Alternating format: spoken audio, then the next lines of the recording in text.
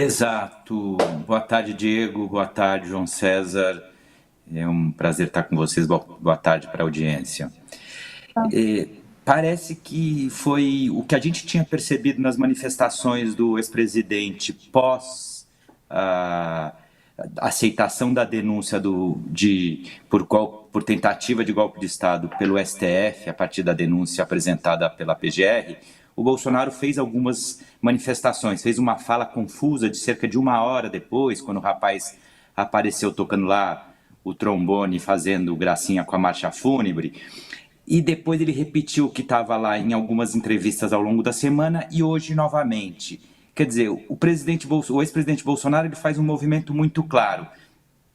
Talvez por desespero do Celso Vilardi, que é o advogado dele, ele mostra que ele jogou a toalha no julgamento, ele é consciente da quantidade de provas que ele gerou contra si mesmo, porque a denúncia da PGR muito pouco usa da delação do Mauro Cid. Ela se baseia basicamente nas aspas que o ex-presidente Bolsonaro deu em uma série de eventos, como o 7 de setembro de 2021 e 2022, a reunião com os embaixadores, ou seja, as próprias coisas que ele falou e as provas que ele e o seu grupo político geraram contra si mesmos, né? Documentos em minutas de golpes em gavetas de escritórios ou em computadores, mensagens inconfessáveis no WhatsApp e Telegram, ou seja, uma abundância de provas que, por isso, justifica que, do ponto de vista criminal, o advogado esteja tentando desacreditar as provas e não falar de uma conduta eventualmente de inocência do candidato dele, e por isso que o Bolsonaro não está preocupado em provar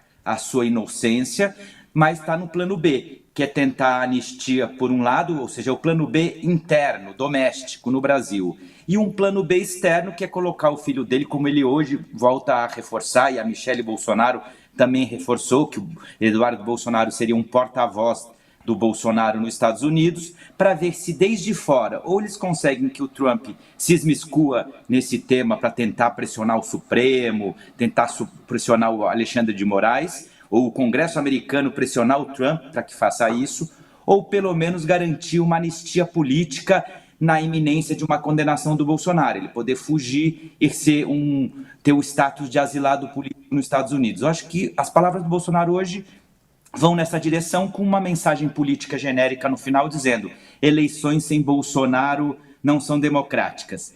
O número nas ruas, que como o Sakamoto fala, é 1/4 das pessoas que um ano atrás estavam lá. E o que a gente viu na pesquisa da Quest dessa semana, onde a maioria dos brasileiros acham que os presos do 8 de janeiro estão com uma condenação razoável, e metade, antes mesmo do julgamento, acha que o Bolsonaro teve culpa no cartório, mostram que ruas, pesquisas, a própria falta de vontade de Hugo Mota e Alcolumbre no Congresso mostram que esse clima não pegou, né? Então o Bolsonaro tenta forçar uma anistia, mas parece que falta apoio político e popular para isso. Pois é,